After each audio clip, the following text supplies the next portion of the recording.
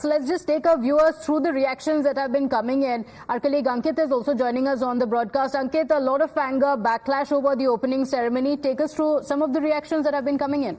And mind you, Pratibha, these are reactions by very well-known people, so mind the language a little bit. Elon Musk says, unless there is more bravery to stand up for what is fair and right, Christianity will perish. So that is his takeaway. And we know that this is a bit of a bete noir for him. Wokeness is a threat to civilization, someone posted, and he seconded that, saying it is. Now, Donald Trump Jr., the son of the former president of the US, he says, my mom was an Olympian, Czech national ski team, and as a kid we would be excited for weeks leading up to the games. Now with the ever predictable and seemingly satanic drag queen opening ceremonies and never ending things that are happening, no one I knew even thinks about it beyond maybe watching some highlights. It's such a shame that event that used to create so much national pride now creates at best indifference. Using the games to push woke ideology has zero to do with anything the games stand for. Rather than highlighting the incredible accomplishments of these amazing athletes,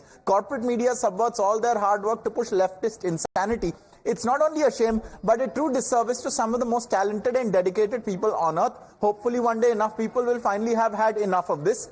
Now, Geert Wilders, who is very outspoken, and he is the leader of the largest party in the Netherlands, and that coalition just formed a government. So we will read out his post also. He has shared a screenshot, Pratibha, of the actual Last Supper painting by Leonardo da Vinci and the Olympics recreation, the parody, call it what you will. And he says, so mocking Christianity is okay, but when I publish some other cartoons, the left cries blasphemy and radical imams issue fatwas, double standards of the worst kind. Now, he is an influential person, hence I have read this post as well. But you get a sense that at least on two fronts, on Christianity and on wokeism, there is a lot of chatter about this among significant people, significant voices.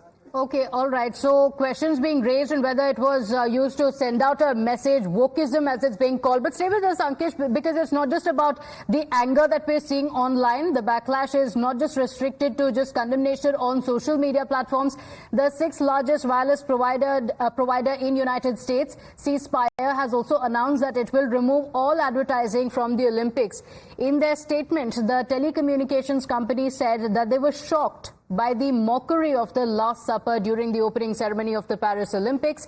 The company is based out of Mississippi in the United States of America, and reacting to the company's decision, the governor of Mississippi, Tate Reeves, has also said that he is proud to see the private sector in Mississippi step up and put their foot down. He added, and I quote, God will not be mocked. C Spire drew a common sense and appropriate line.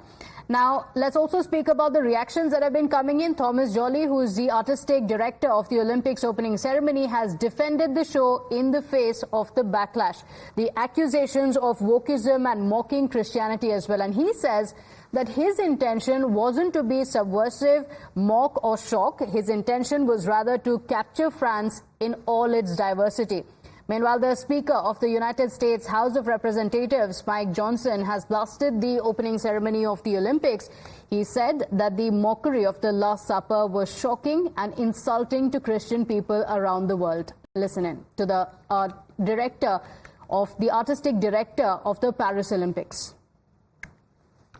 Tout le monde était sous la pluie après tout, et on a tenu ensemble pour célébrer cette humanité partagée dans laquelle j'espère, et je le crois ce matin au vu des différents messages et titres que j'ai pu lire, que chacun a pu se reconnaître, se retrouver et dire oui, nous sommes tous différents mais nous sommes tous ensemble, tous et toutes ensemble.